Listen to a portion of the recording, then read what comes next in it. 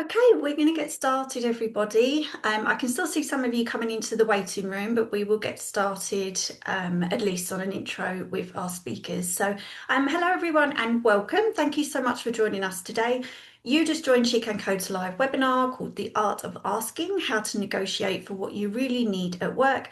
I'm your host for today, Kaylee Bateman, the MD at She Can Code. For those tuning in who aren't familiar with us, She Can Code is a collaborative community working together to tackle the tech gender gap. You can join our free community platform to find a supportive network of like-minded individuals, new opportunities and guidance to help you to excel in your tech career. Now, before I introduce our wonderful panel of speakers today, please note there is a live Q&A that is running throughout. Please submit your questions. We'll try and get to them at the end. So please do chat throughout and we will try and answer as many as we possibly can. So we're going to kick off with some introductions from our fabulous panel. Today I've got Katy Fridman, founder, Flexible Working People. Unfortunately, I think we're losing Kaylee. Okay, should we just introduce ourselves? We might need to. So let's improvise. Katy, you go first. You finish your own intro. I'll finish my own intro. So, hello everyone. Nice to see you all. I'm Katy Fridman, and I am the founder of Flexible Working People. If you haven't heard of us before, we are a community and a recruitment platform, and we connect sort of experienced professionals with genuinely flexible employers. We help people to find flexible careers, whether that's employed, actually, or self-employed. Through self-employment, we've got a jobs board and a recruitment arm, and we've got a community of around 100,000 professionals in a Facebook group. So do feel free to join. In my previous life, before I set this up, I was at Microsoft Advertising for 9 years as their director of trade marketing and at Thomson Reuters. So I come from a corporate background, but now run Flexible Working People. And it's great to be here. The thing that I talk to a lot of people about in our community is around negotiating, flexible working. And so I can definitely help and support with that and talk about how to negotiate in other areas too. So over to you, Emma. Great. Thanks very much, Katy. So hi, everyone. I'm Emma Maslen. I'm the CEO of inspir'em. My background is I've been in big tech forever. So I fell into big tech in my teen years, predominantly in sales and in the go-to-market. And I've been working in that environment for the last 30 years. I made my way up into sort of senior roles in this sort of go-to-market running big revenue teams. But 7 years ago, I started angel investing, specifically in female founders. And I decided to start my own business because I was consulting with those companies. And so I started inspir'em, and sort of the rest was history, really. So we run a go-to-market consultancy and training business to help with B2B sales.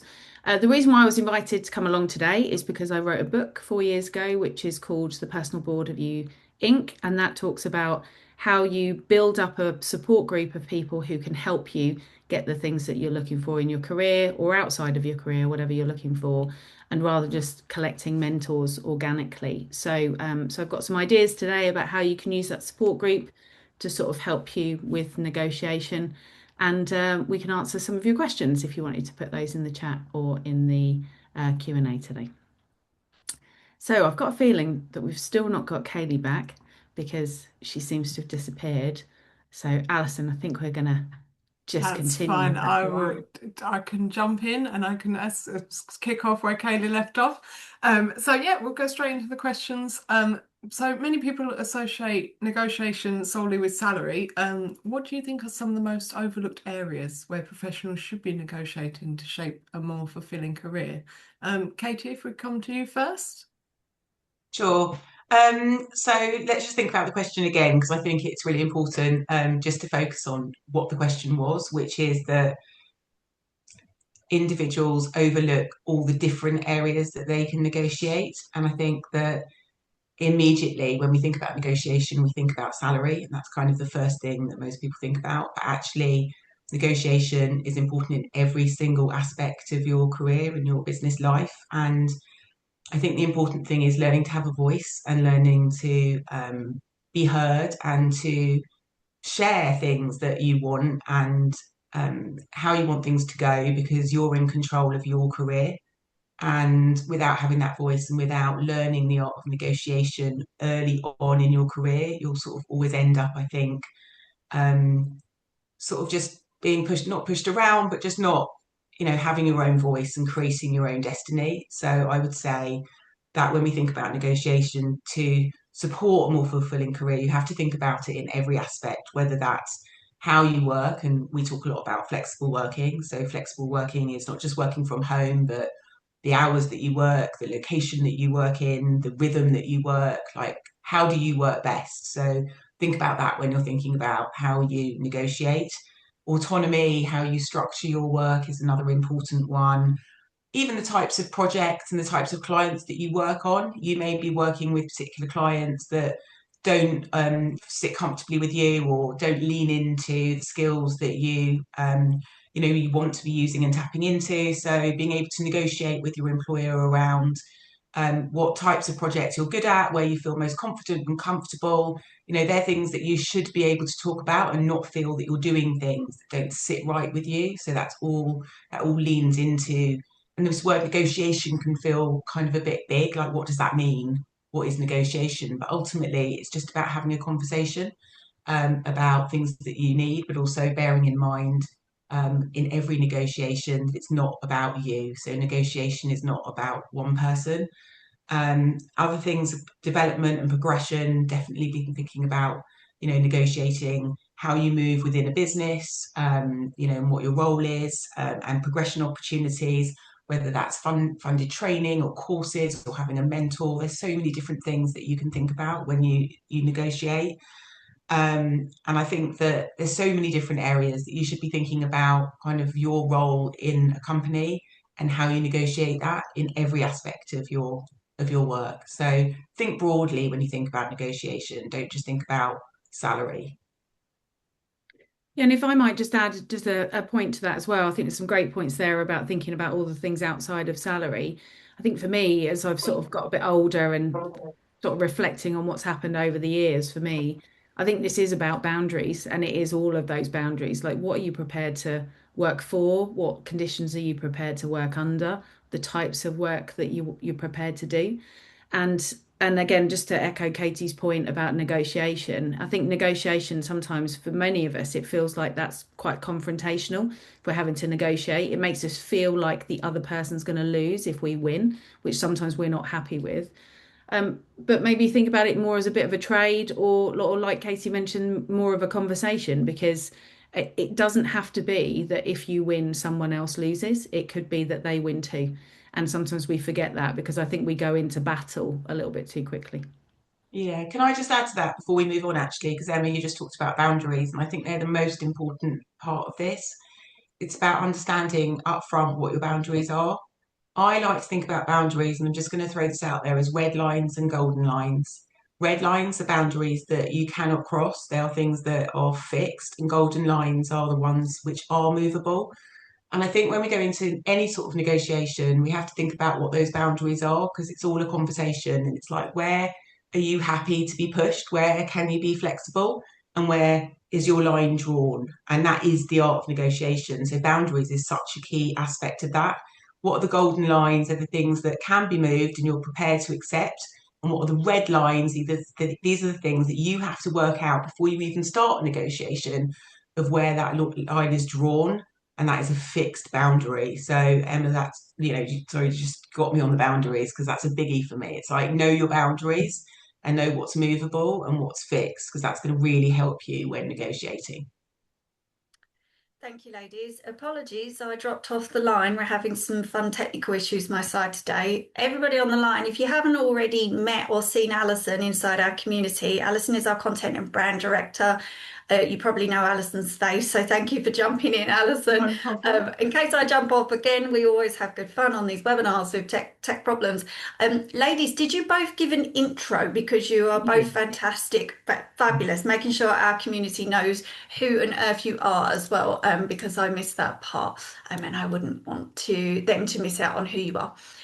So Emma, I wanted to ask you about when making a request at work, whether it is for flexible working, development opportunities, or resources, what's the most effective way to frame the conversation so it feels collaborative rather than confrontational? Yeah. Yeah, so I'd actually go a sort of a step before the conversation, actually. What you tend to find with a lot of the requests that we make in a work context is that the first time we're having those conversations, apart from maybe with a loved one or somebody in our sort of trusted circle, is when we go and blurt that out with the person that we're trying to get the thing from. Yeah. There's definitely a bit of preparation that's required before, which is actually if you could talk to some mentors or sponsors or coaches or people that within your circle and actually have that conversation a few times first, which is I'm looking to have some flexibility or I've got a challenge with a boundary and I'm looking to try and change that boundary, do something different. Go and practice that conversation with those people first because it's a safe environment, providing you've chosen well and you've got some good support network around you. Because often when we do anything, our words are awkward when they come out for the first time. That's why politicians are trained to always say the same things. Often that doesn't quite happen, but it's the same principle. We want to sort of train ourselves to think about that. The other thing about doing it with some of your support network, first of all, as well, is because they can challenge you in a positive way and say, well, let's objection handle a little bit here. So if you said, well, actually, I wanted flexible working or you wanted a promotion, they could then do the role play of being the other person and saying, okay, well, what have you done to deserve the promotion? Or actually, we've got to go through a process, or whatever the thing is that they're going to come out with. You could then role play with them and get together some strategies to then overcome that. So I think it's the preparation for the conversation is really important. One, so you feel more comfortable, so it's not confrontational, but also once you've got the words out, what's the other person going to say back to you? Because you need to be ready for that too. Yes, especially if you've left that conversation to the point where you've worked it up in your mind and you know it's going to come out confrontational, because especially if it's something to do with salary, negotiation, or you're feeling undervalued, it will just come out and it will come out in a way that you just didn't want it to. You didn't want to come across as somebody well, that's the other thing actually. Sometimes we feel like we're coming across as the awkward person that's having to ask the awkward questions, and actually it's not. You're asking something that is very reasonable and you've just worked it up in your head to the point where it comes out wrong. So I completely agree. Just thinking about it and sometimes waiting until that time is right, not just at the company, but for when you feel that it's right for you to be able to communicate what it is that you want as well, that you want it for the right reasons, not I need a salary increase or I'm leaving this company because I don't feel very valued. That's you probably don't want to be there at that point, to be honest. Yeah. I think as well, just on that point, I think the other thing I'd say is we also have to be comfortable with a little bit of a silence as well, because if we're awkward in a conversation and we're nervous, we might just keep talking. And I think just again going back to Katie's point earlier around the red lines and the golden lines, what are the things that you actually really want? Because otherwise we'll fill the void with lots of words and maybe then also the request gets lost. So being Yes. really crisp in what you're asking for and then just giving the other person an opportunity to respond. So Yes. just, as little words as possible, I think is also good. Yes, Yeah. definitely. Keeping that in your mind when you go into that meeting, you're right, it will completely get lost. Katie, yes, sorry. No, I was going to say, I think Emma's point of thinking about what they're going to say back is really important because I think we become really entrenched in what we want and what we want to say. And we kind of work ourselves up into this frenzy of how am I going to say it and how am I going to get the words out? How's this going to appear and how will that make me look and what should I say? And actually, we get so wrapped up in the I that we forget that negotiation is a two-way thing and we forget that actually this is a conversation and that there might be, or there's likely to be objections or a conversation to be had. So it's like thinking through what that conversation could look like in advance. And so when Emma talks about role play, that's really useful because you don't want to get those words out and be like, oh, I've got the words out. And now, they've come back and said X, Y, or Z. And then you're like, well, now I don't know what to say. So it's like, you really have to think through the different variants of what potentially they could say back in this conversation. and have, structured your thoughts so that you don't just blurt out, this is what I want. And remember, as cliched as it is, that negotiation is two-way. You're never going to come out of it just going, oh, you might come out of it thinking, well, I got exactly what I want. But generally, negotiations are about collaboration. They're about win-win. They're about, like, no one should come out the winner in any form of negotiation. It's likely that you'll both feel okay with the outcome, and that's good. That's good enough. We don't always get exactly what we want when we negotiate, but we have to, we get enough of what we want and they're happy with the outcome. So you're both happy with the outcome, and that's okay.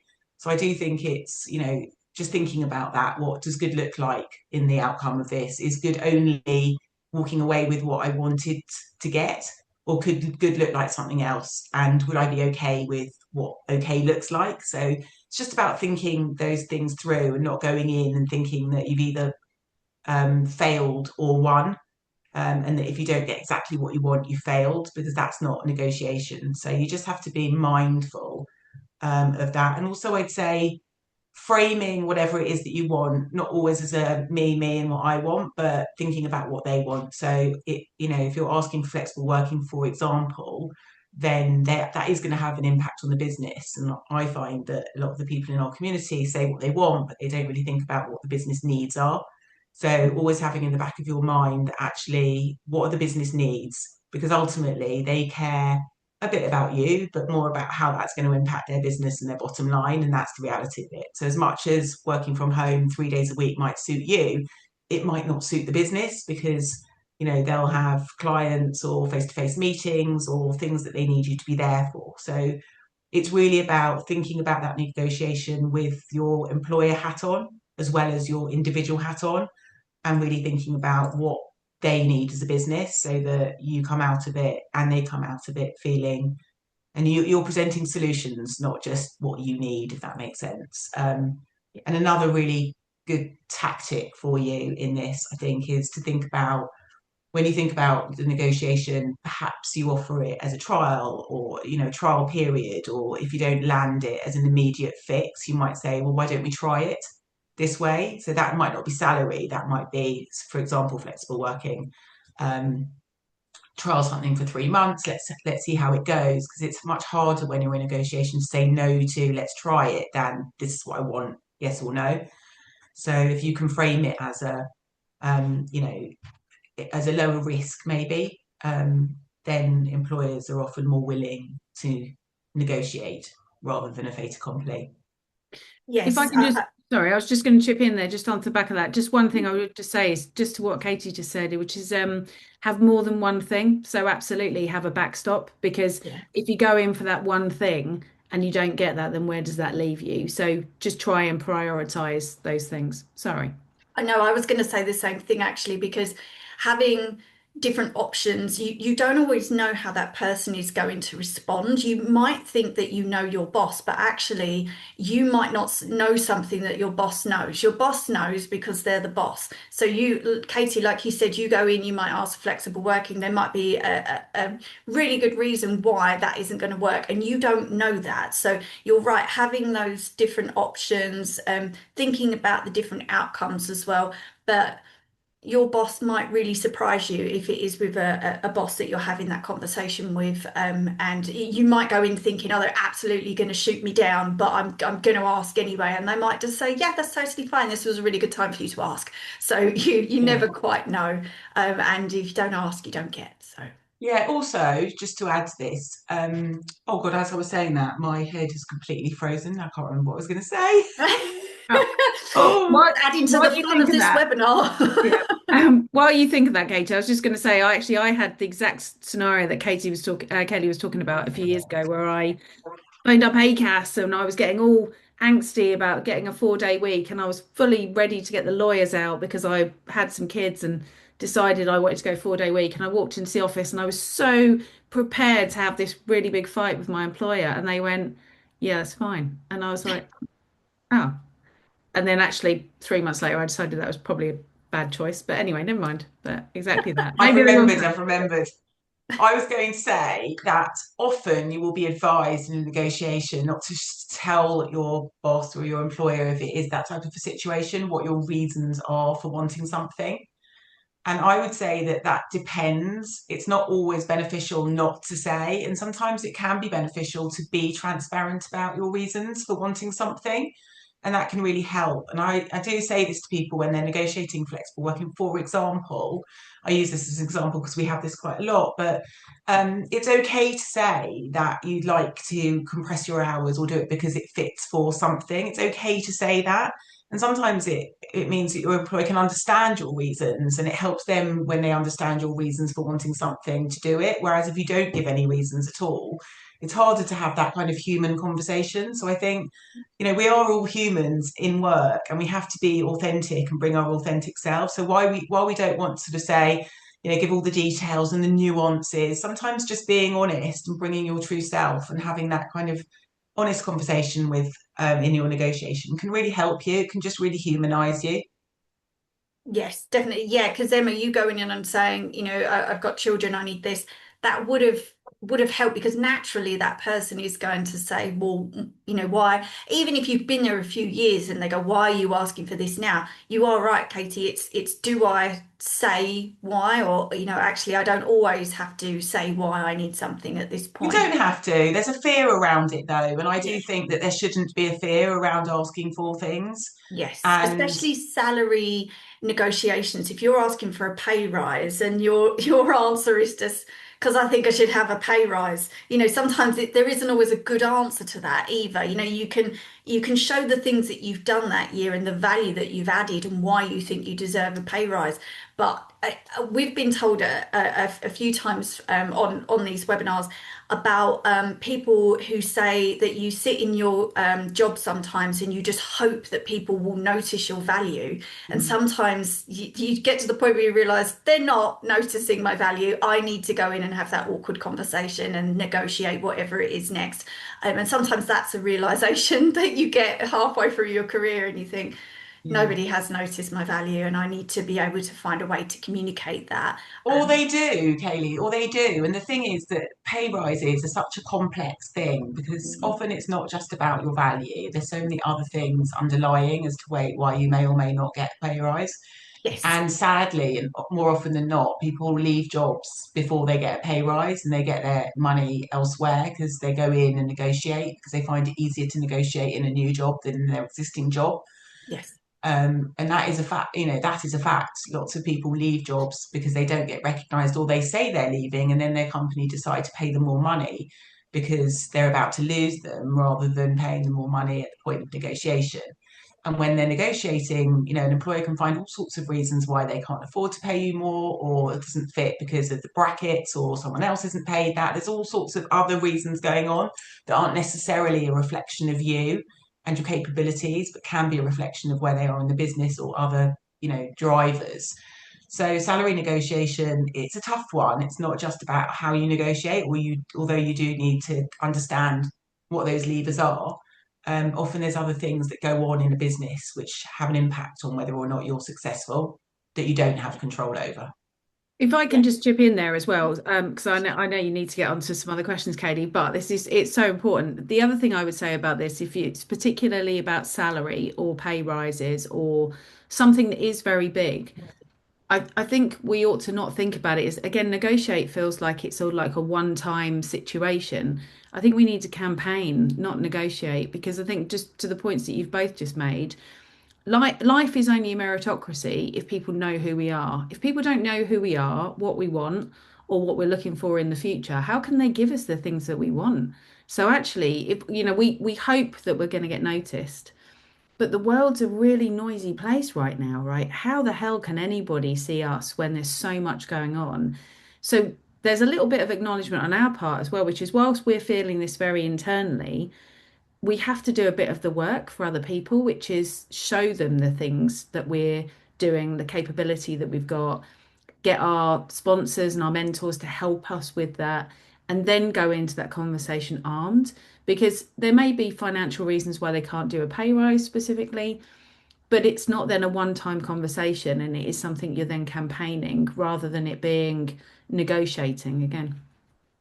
Yeah, I couldn't agree more. If people don't know what you want, even that whether to consider you for the next promotion, you might be sitting there thinking, actually, I work in tech, I love what I do, but I really don't want to manage people. Please don't consider me for that particular promotion because I haven't perhaps voiced that that is not on my path. So even the things that you don't want as well, just like you said, if people don't know who you are and what you're about and your needs, they're not going to step forward and support you.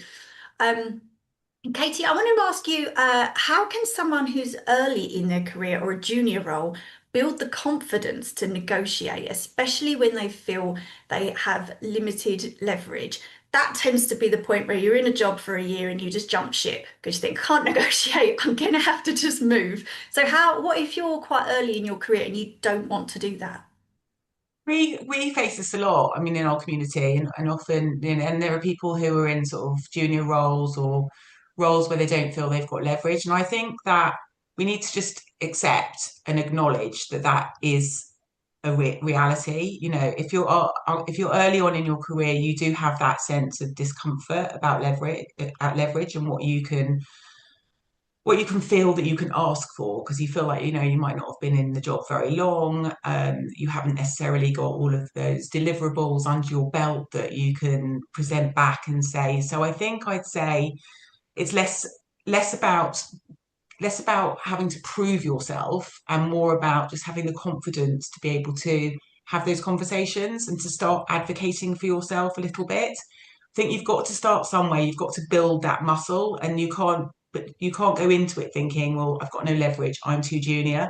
Like everybody has a right at whatever level they're at to advocate for themselves and to ask for things that they need and want that's going to make their job better or easier or more manageable. So I think we have to not ground it in, what rights have I got to ask? Everybody, whatever level you are, has got a right to acknowledge and a right to ask for what they want in their career. So I think we should move away from that.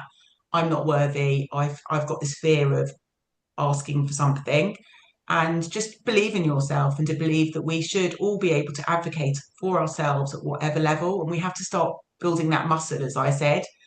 And so how do you do that? I think early on in your career, even early on in that first year, you should sort of start building up your sort of portfolio of wins. So any positive feedback, anything that's sort of happening around you, any small wins, any projects you've supported, start creating, I call it like a win book, but anyone that's given you positive feedback, anything that you've worked on that you've delivered well, start noting those down early on so that you really believe in your own value.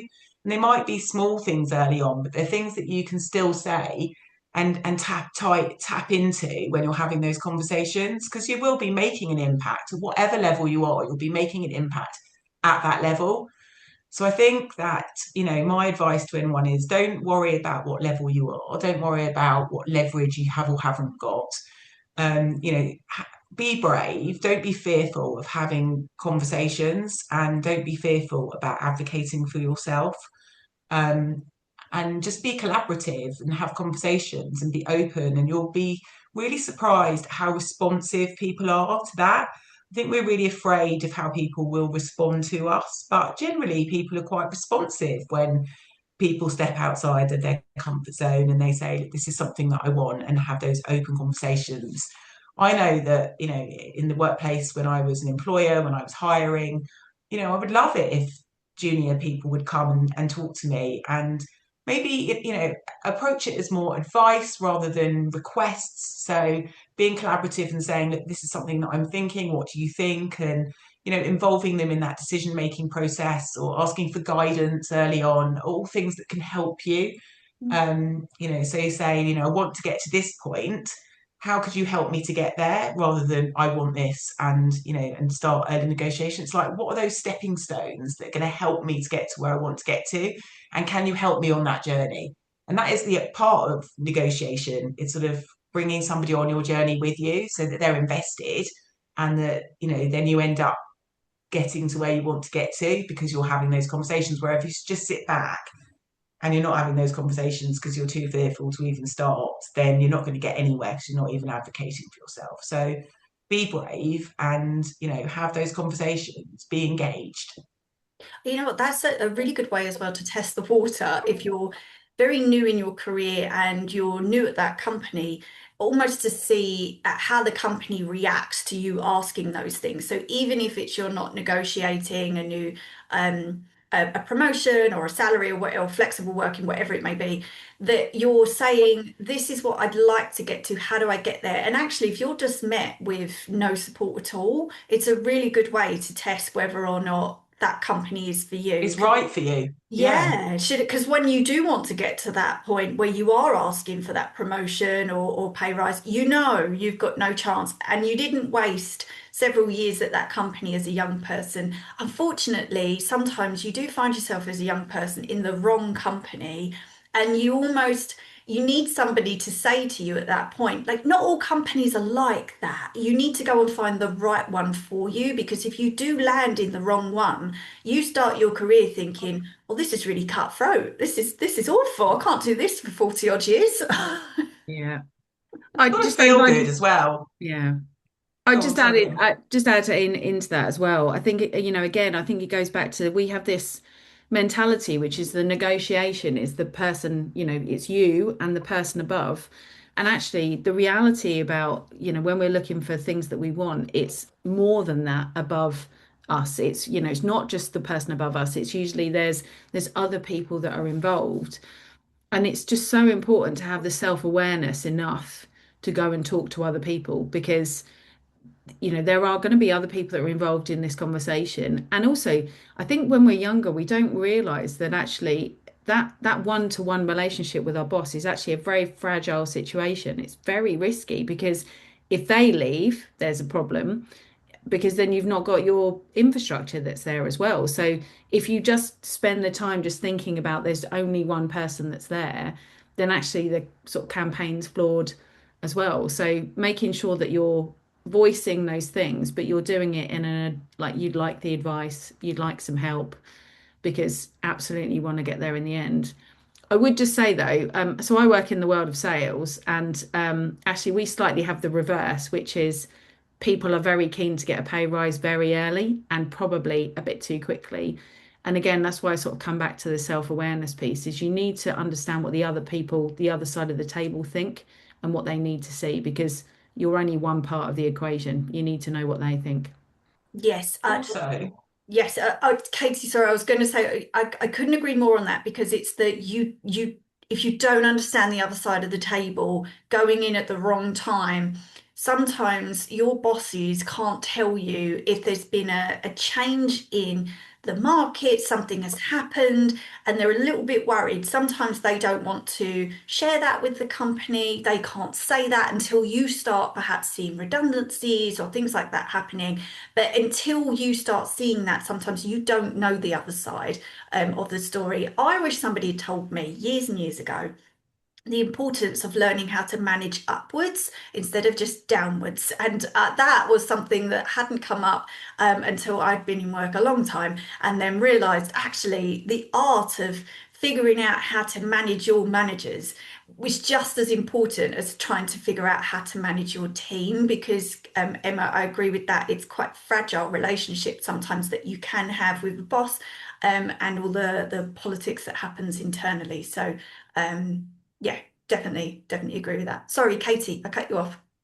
no, it's fine. Don't worry. There's two things that I was going to say. One is really cliched, but if you don't ask, you don't get. And I think that people don't ask. They often feel too afraid to ask. I was talking to somebody yesterday who was going for an interview, and they wanted to ask about working 4 days a week for a full-time job.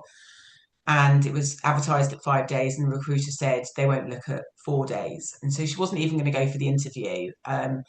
And I was a bit like, go for the interview, because you need to throw your hat in the ring here. You're not asking for 2 days a week, you're asking for 4 days a week. And there is a high chance, if they think that you're really the right person for this job, that you would be able to negotiate that. So, and if you don't go and you don't ask, you'll never know, and then you'll miss out. So I think there's a lot of that. There's a lot of fear of negotiation and fear of asking, which stops you from getting what you want in the first place.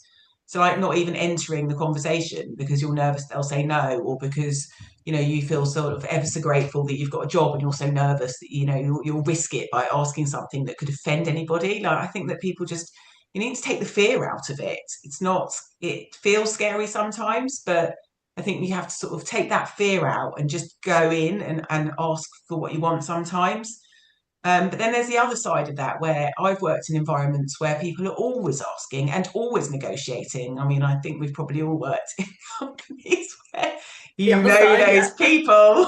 Do we know those companies as well? But yeah. Yeah. And then when you're always asking and you're always negotiating, then you're not going to be taken overly seriously and you're not going to get everything you want either because you're just that person. So it's Yeah. also about knowing when to ask and what to ask and how to ask and being sort of mindful about that because you don't want to be that person who is known for constantly badgering for this, that, and the other and all your needs and wants and requests and da da da because then you end up being that person. So it's just knowing how to, how to manage that, how to ask, and not to be too much, demanding things that you want all the time, because then it just becomes too much, if that makes sense.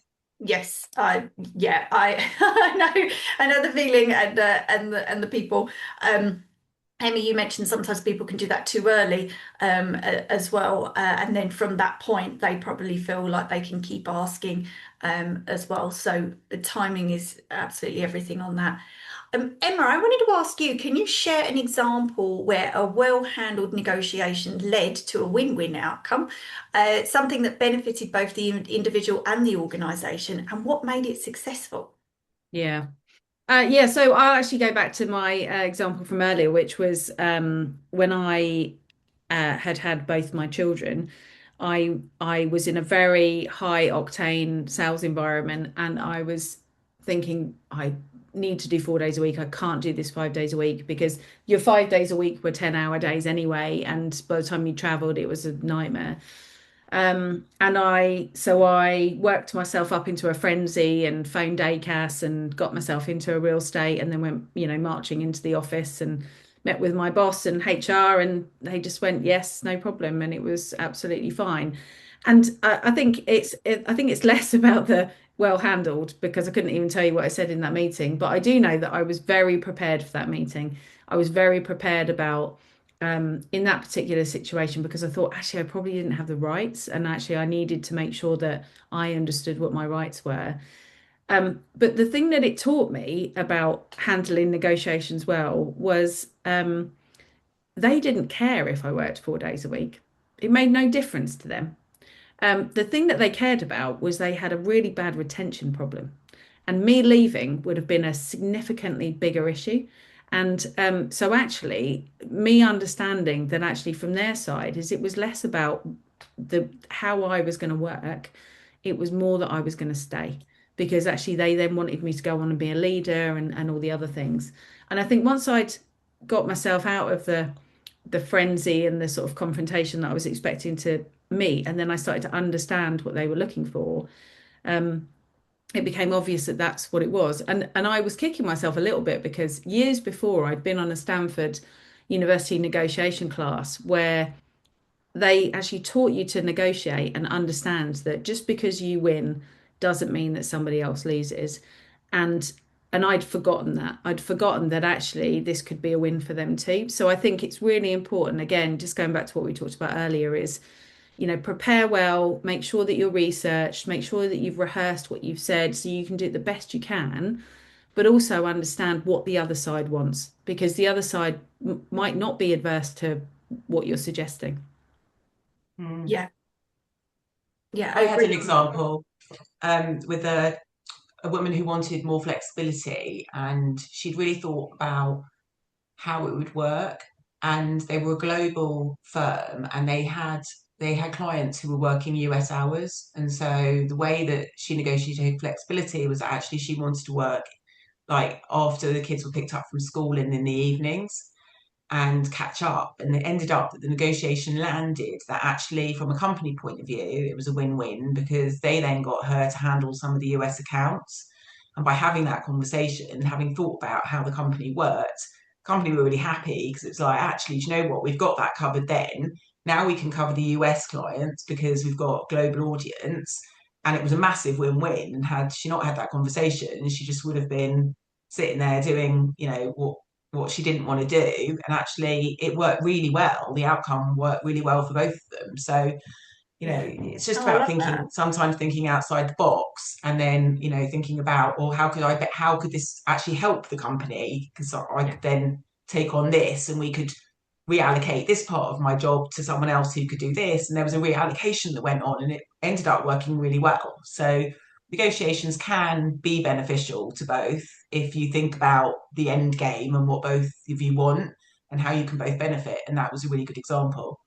Yeah, and kept it positive, and just probably didn't know as well that the company were thinking along those lines. So brilliant that she asked that. I can see lots of questions coming in, ladies. I want to fire some at you. I got Amber. Hi, Amber. I can see you said, how do you manage a situation where your direct line manager says you were doing fine, but then his manager informs you that they are not happy with your work because you asked for a promotion or a job change?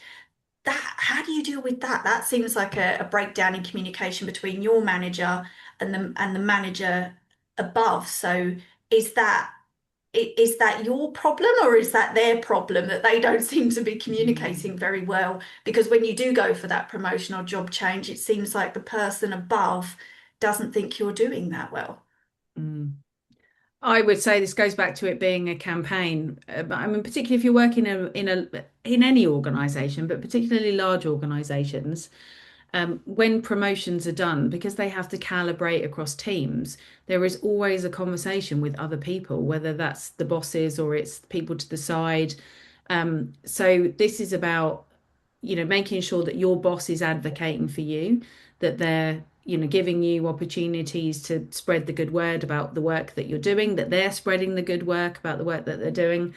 I mean, I'd definitely be questioning the relationship between the manager and the boss above.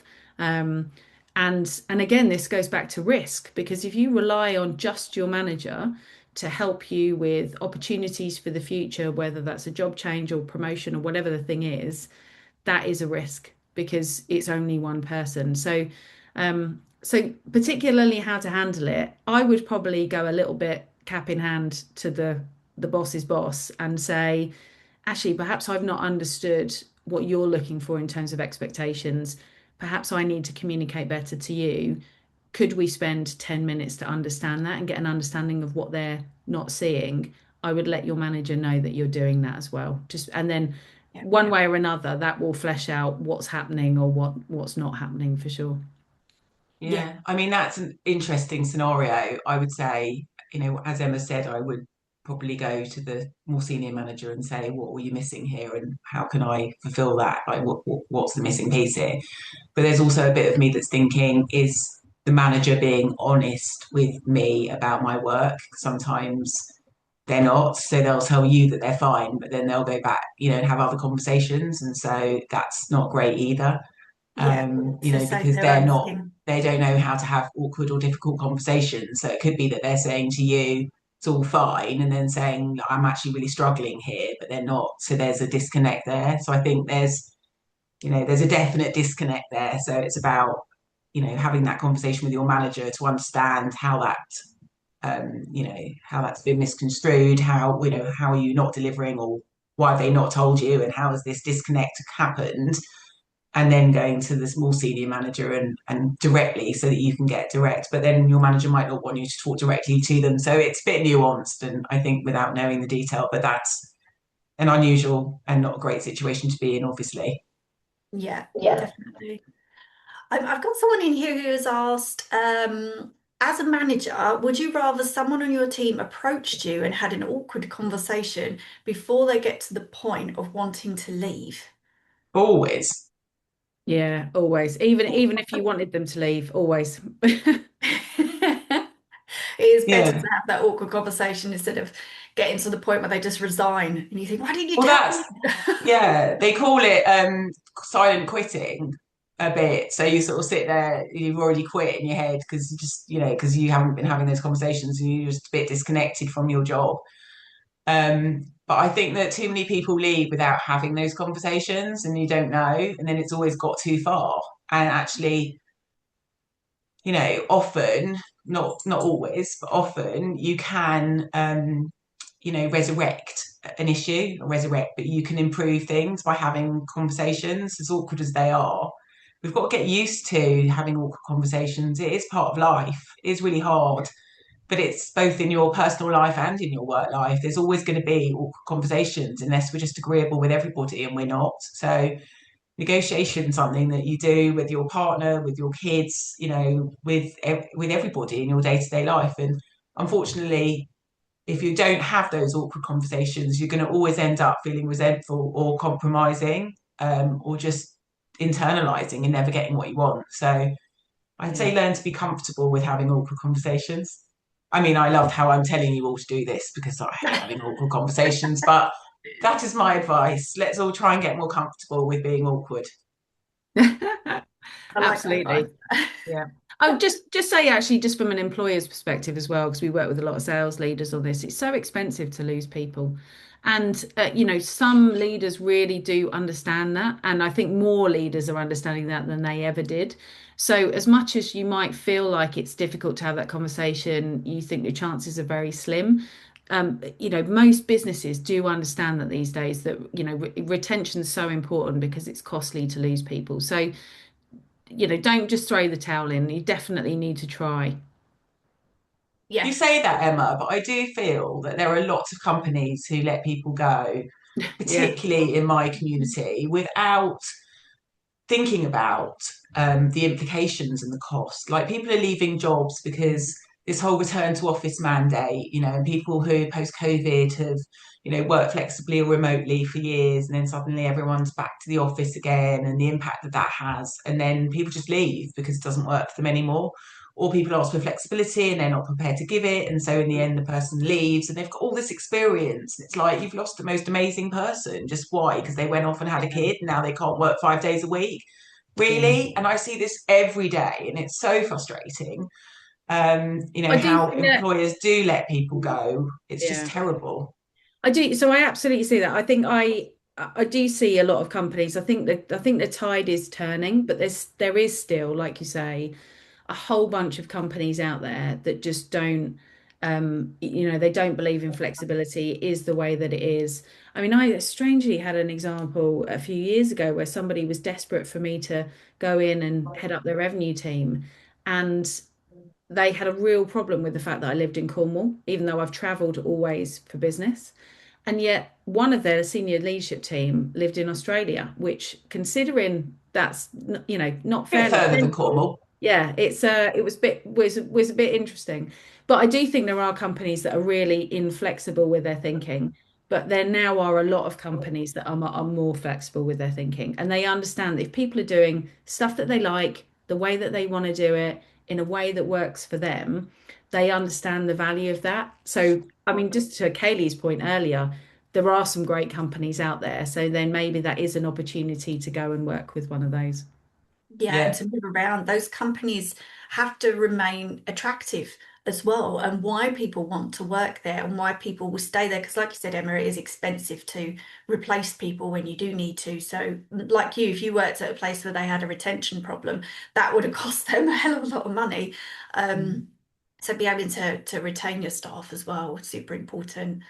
I've got someone in here who's asked a slightly different negotiation question. This is more on the sales side. So Emma, you might be able to help on that one. It said, I'm a solo software developer. I built a SaaS platform recently. I need to decide the subscription models. Do you have any suggestions of how to price a subscription to make the potential clients happy to subscribe and partners happy to resell? That's an interesting negotiation one of prices v what people are happy to resell. And actually that can cause some arguments internally as well, because again, it's you don't know why the company has done things, priced things the way they are, and then you go into a sales role and you might be thinking, I'm not quite happy to resell that. Do you have any advice that you found Yeah, that. I'd say to Sarah, if you want to message me afterwards, we can have a more in-depth chat because I think that's probably deserves a bit more conversation. But I think the other thing we need to think about with negotiation is about value, and about what people perceive the value to be. Quite often we think about price or ticket size, salary. We think about just how much things cost. But we have to focus on what the value is, and value, particularly with things like subscription, that's what will drive the price in that. So that would be something that I'd suggest maybe having a look at there. Definitely. I can see Connie. Hi, Connie. She's one of our community members. She's on here often. She has said, I work at a small company where everything is quite informal and there is no clear HR structure. Could you give me tips to negotiate things in an environment where policies aren't clearly defined? That's interesting. Connie, I don't know if you want to type in, but what sorts of things might you be thinking about? Is it, I think with small companies, you're not negotiating necessarily against policy, you're kind of negotiating around more practical stuff. So if there aren't clear policies in place, it might be quite practical. The upside of that is often there's more flexibility with small companies because everything feels a little more, less formal, which means that your negotiation is less formal. So you're sort of having those conversations and about what might be practical for you to do, and it might be that I talked earlier about trial periods, but in a more informal environment, you might say, let's try this, if you're negotiating. But I think it depends on what you're negotiating in a less formal structure. And I think that with smaller businesses, costs are obviously more, sometimes matters more. So if you're asking for more money in a smaller business, that the impact of growth, revenue, efficiency, all those sorts of things, responsibilities you've taken on, I think those sorts of conversations can be harder in small companies. Well, they're harder in big companies too, because they've got other restraints. But also, if there's no HR structure, there's usually not enough documents and policies and things like that. So it can be quite tricky. But I think the key to informal settings is trying to take away the ambiguity. Like the more thought you've put into the practicalities, kind of the easier it is for a manager to say yes to you. Yeah, she just So I would dropped in, say, said training, development opportunities, and obviously salary. Thank you, yeah, Connie. yeah. So I think with salary, it is sometimes more difficult because it depends on the size of the companies, but they haven't got the structure of a bigger company sometimes to know. So you'll have in the larger companies, you'll have pay brackets and you'll have like very much clearer parameters. Whereas in a smaller company, you're sort of negotiating based on what does revenue look like and how's the company performing at this moment in time and can we afford it? And so they're sort of different types of conversations. I wouldn't say that you shouldn't have them, you should, but I feel like those lines of communications would probably be quite open, and to take away the ambiguity and just to have those sort of more informal conversations. I don't know, Emma, if you've got anything to add to that. Yeah, the thing I would just say is obviously as the owner of a small company, I would say things are usually happening at the speed of light. So Yeah. the more prep you can do, the more answers you can come up with, the more suggestions you can come up with, and the argument, the easier it is for people to make those decisions. So, and I think it goes back to one of the examples you gave earlier, Katie, which is, look, if you've thought this through and you go with that argument that's thought through, usually most, small organization structures, they actually appreciate that because they think, oh, great, that's one less thing that we've got to think about. I mean, certainly as a founder, that's definitely one thing that I appreciate. So maybe just doing a bit of homework there and coming up with some opportunities. The development opportunities is the tricky one because often what you're thinking about is crafting a job that doesn't exist. And again, that needs thought if you want to do that, but it doesn't have to be a downside. It could be a win-win. And Yeah. with training and things as well, like maybe help them by thinking about what you want to do, but costing things out, doing your research before you go into those conversations and saying, I've looked into it and laying out, I've looked into it, this is what I found in my research, this is potential cost, this is the upside, having had thought it through, with a smaller company. So you can say, look, I was thinking about this as a training or a development. And this is how I see, and this is how I can see it impacting my role. And ultimately, this is how I can see the positive impact on the business if I do this, because as a small business, you want to know that through training and development, you're not only developing the individual, but there'll be an upside for the impact for the business. So I think in a smaller company, always show the impact when you're doing these negotiations, and do the research and say, look, I've thought about it, and this is the cost, and this is the impact, and this is what I can see the return being for the company. And I think then they'll be more open to having those types of conversations. Before you get to the point where you decide it's not for you and you leave, because I can see in the next question someone has said, I've been in the situation where I've negotiated a better salary at a new company. Ultimately, I left my old company, but they did offer me more money. Do you think at this point it's too late, as in you've already got one foot out the door, so to speak? That is annoying when that happens. You think, well, I left and now you want me to stay and offered me more money. It happens a lot, counter offers. Emma, do you want to take that first? Did you Oh, want I me was to just go? reminiscing about the fact that so years ago I took a job where the job I was taking was very much about equality and equal pay and all of those sorts of things. And I got a very nice salary negotiated in the company I was working for at the time. When I left, I said, look, I'm taking a bigger job and I've got more money and those things. And they mentioned to me that they'd already been paying all of my peers that for years. And actually I could have had a pay rise at that point. Right. I'm actually with the person who asked the question, which was my foot was out the door and I couldn't get the other foot out there fast enough, actually. Yeah. There is a bit of there's a responsibility for employers here as well. I walked into an organization a few years ago. I immediately looked at their salaries and I could see they were not paying the females what they were paying the same as the males. And that was what has happened to me previously. Employers have a responsibility too, right? They have a responsibility to understand what's important to their team members, to try and create the right environment. It's not all on the employee. So I think there are some situations where actually maybe it's right to just go somewhere else. If you've given it a fair go and things are seemingly unfair when you look around, then maybe it's time to go somewhere else. But I Yeah. think starting the conversation early though avoids that, hopefully, because then it isn't a do or die type scenario.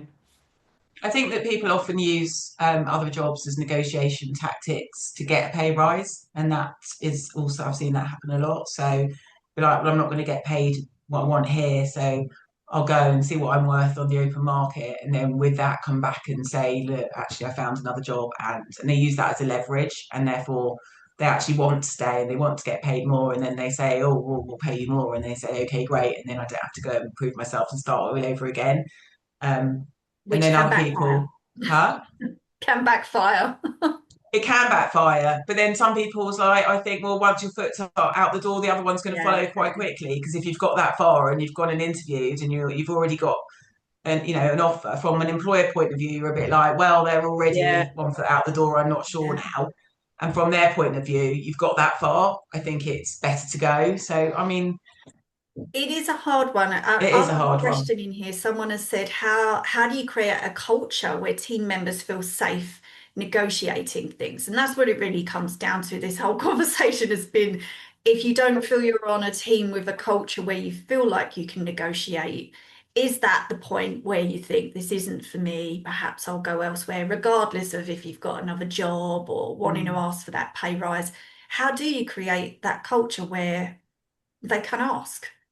I think you've got to start with just being interested in what your employees are actually doing and what's going on in Yeah. their lives. Have a one-to-one and say, how are you? What's going on? How's the family? How are you finding the workload?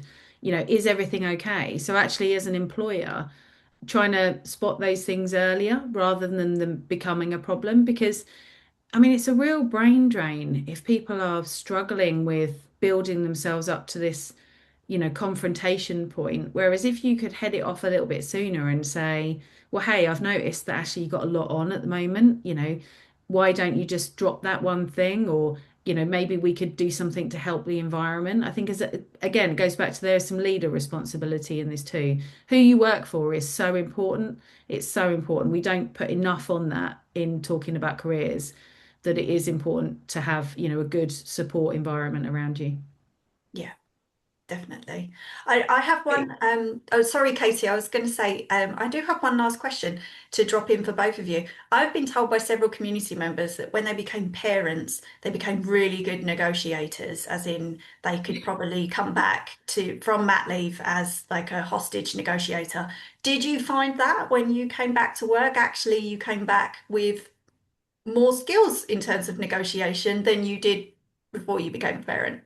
I think it's a ruse. I think I became back more sleep deprived and less patient. So therefore I might have been seen as a better negotiator, but actually I've just had significantly less time. Katie, I don't know what you think. I don't know. I hate it when I see on TVs the parents. Respectfully, I am a parent and I help people write their CVs every day, but I don't like it when I see all these new skills acquired written on a CV. I think that I sort of agree with Emma. I came back sleep deprived, exhausted, and I can't negotiate with my children any better than I can with my employer. In fact, I find it harder to negotiate Yep. with them.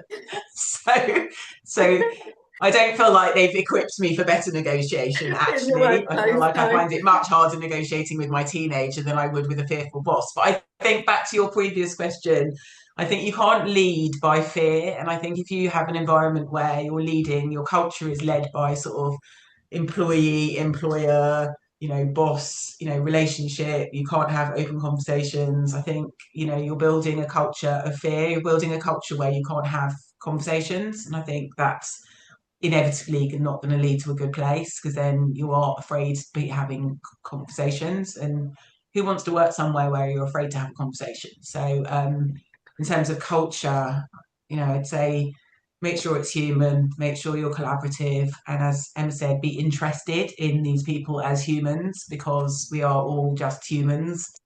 I'm working for, to do our best in an environment, so we have to keep the human in human resources and in management. Agreed.